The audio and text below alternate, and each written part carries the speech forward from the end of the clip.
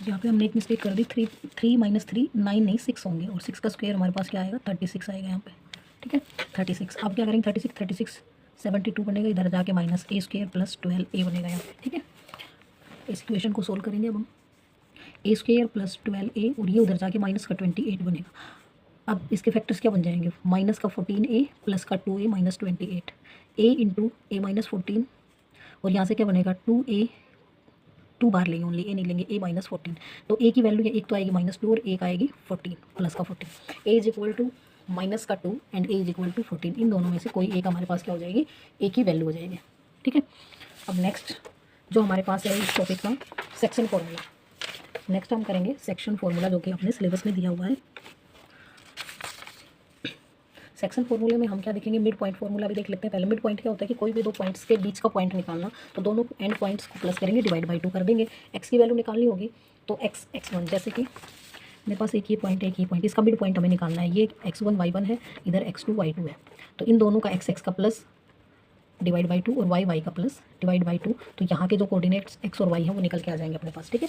Mid point के बाद हमारे पास आता है सेक्शन फॉर्मूला जो कि Px1 mx2 plus nx1, m और n यहाँ पे रेशियो होते हैं, इसके बेस हम क्वेश्चंस करेंगे तो अच्छे से क्लियर हो जाएगा।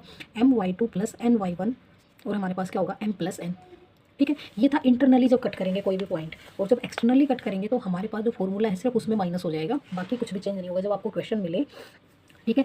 Find the ratio dividing this and this point by this internally, ऐसा लिख के आ जाए तो यही फॉर्मूला लगाना है, और बाई एक्सटर्नली लिख के आ जाए तो जहाँ जहाँ प्लस है फॉर्मूले में वहाँ पे माइनस करेंगे, सिर्फ इतना चेंज करना है और कुछ भी नहीं करना है, ठीक है। तो इस पे बेस हम क्वेश्चंस कर लेते हैं। देखिए find the mid point of this and this, हमारे पास एक है 5 माइनस 3, दूसरा है -7 और 8, इन दोनों पॉइंट्स के बीच का हमें मिड पॉइंट निकालना है। तो क्या करेंगे x1 x2, x1 हमारे पास 5 है प्लस माइनस का 7, -2/2 हो जाएगा, इसका आंसर -1। वाई कोऑर्डिनेट निकालने के लिए क्या करेंगे, माइनस का 3 प्लस का 8 डिवाइड बाई 2, और ये क्या हो जाएगा हमारे पास 5 बचेगा, 5/2। वाई कोऑर्डिनेट 5/2 और एक्स कोऑर्डिनेट हमारे पास क्या आ जाएगा -1, ठीक है। इस तरह से हम क्या निकाल लेंगे, मिड पॉइंट्स निकाल लेंगे। अब इससे नेक्स्ट क्वेश्चन है हमारे पास, find ratio dividing -3 10 and 6 - 8 by -1 6। Means समझो इस क्वेश्चन को कि हमें करना कैसे है। हमारे पास दो पॉइंट हैं, उसका मिड पॉइंट भी हमें, मतलब मिड पॉइंट नहीं, उनका बीच का कोई एक पॉइंट भी हमें पता है। जैसे ये दो पॉइंट है, इसका एक, इसके कोऑर्डिनेट्स है -3 10 और इधर वाले के हैं 6 - 8, ऐसा क्वेश्चन में गिवन है। बीच का कोई एक पॉइंट है जिसके कोऑर्डिनेट्स है -1 और 6। हमें जो ये किस रेशियो में अलग अलग डिवाइड कर रहा है वो रेशियो निकालना है, हमें क्या निकालनी है, के की वैल्यू निकालनी है।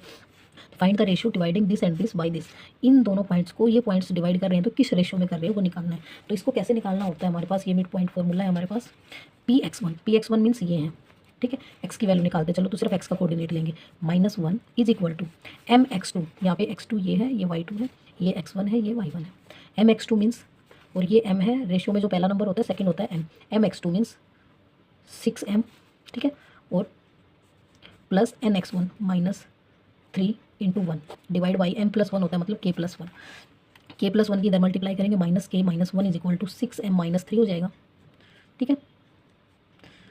सॉरी, m की जगह हमारे पास यहाँ पे k ही है, ठीक है, क्योंकि m और n तो हमारे पास रेशियो होते हैं, और रेशियो को हमने k रेशियो 1 मानना है। मीन्स n की वैल्यू यहाँ पे 1 है और m की वैल्यू यहाँ पे k है। तो 6k है, इस k को इधर लेके आएंगे और इस 3 को उधर ले जाएंगे तो प्लस का 3 बनेगा, 6k, ये k इधर आएगा तो प्लस का k बनेगा। यहाँ पे बचेगा हमारे पास 7k और इधर बचेगा 2, k is equal to 7/2, k की वैल्यू हमारे पास क्या आएगी 7/2। इसी तरह से आप y कोऑर्डिनेट की हेल्प से भी निकाल सकते हो, ये हमने x कोऑर्डिनेट की हेल्प से निकाला। y में देखिए, y की यहाँ पे क्या है 6, तो 6 is equal to my2 sorry, हम y कोऑर्डिनेट निकाल रहे हैं तो my2 -8k plus ny1 10 divide by क्या हो जाएगा k+1, k की इधर मल्टीप्लाई करेंगे तो 6k plus 6 is equal to -8k plus 10, k को इकट्ठा करेंगे 6k plus 8k is equal to 10, ये 6 उधर जाके माइनस हो जाएगा, इधर बचेगा हमारे पास 14k, इधर बचेगा 4, k इज इक्वल टू 4/14, ये बाई में जाएगा तो 2/7। सेम k की वैल्यू यहाँ से आई थी और सेम यहीं से आएगी, चाहे आप x कोऑर्डिनेट से निकाल ले चाहे y कोऑर्डिनेट से निकाल ले, तो हमारे पास रेशियो क्या आया k का 7/2, ठीक है। नेक्स्ट हम करेंगे अब find the area of triangle, ये हमारा लास्ट टॉपिक है। कोऑर्डिनेट ज्योमेट्री में जितने ही टॉपिक हमें दिए हुए हैं तो सभी का हमने एक एक पॉइंट्स लेके, एक इक्वेशन लेके सोल्व कर लिया है हमने। Find the area of triangle, formula क्या होगा हमारे पास 1/2 x1 y2 - y3। सीरीज में चलना, आपने x1 लिया तो x1 के बाद y2 y3, फिर x2 लेंगे तो x2 के बाद 3 आता है तो y3 - y1 सीरीज से रखना है, x3 के बाद क्या आएगा 1 और 2, y1 - y2, इस तरह से। तो देखो एक क्वेश्चन कर लेते हैं, find the area of triangle whose vertices are this, ठीक है। तो हम पहले एक ट्रायंगल बना ही लेते हैं, कहाँ तक हमें पॉइंट्स चाहिए एक्स की वैल्यू एंड वाई की वैल्यू। यहाँ पे एक कार्टेशियन प्लेन बनाते हैं हम, ये 0 1 2 3 4 5, इधर भी -1 2 -3 1 2 3 4 5, -1 -2 -3, हमारे पास माइनस का नंबर नहीं है, प्लस के लिए। तो इधर देखिए फर्स्ट जो पॉइंट है वो है 1 और 2, ये 1 है ये 2 है, यहाँ पे ये पॉइंट है, ठीक है। जो फर्स्ट पॉइंट है हमारे पास वो 1 2 है, सेकंड पॉइंट है हमारे पास 4 5, यहाँ का 4 वहाँ का 5, ये रहा 4 5, ठीक है। उसके बाद हमारे पास है 3 और 2 मीन्स एक्स की वैल्यू 3 और यहाँ की है 2, ये। अब इन पॉइंट्स को फर्स्ट को सेकंड से, सेकंड को थर्ड से, और ऐसे मिलाना है। ये जो ट्रायंगल बनी है हमारे पास, इस ट्रायंगल का एरिया फाइंड करना है हमें, ठीक है।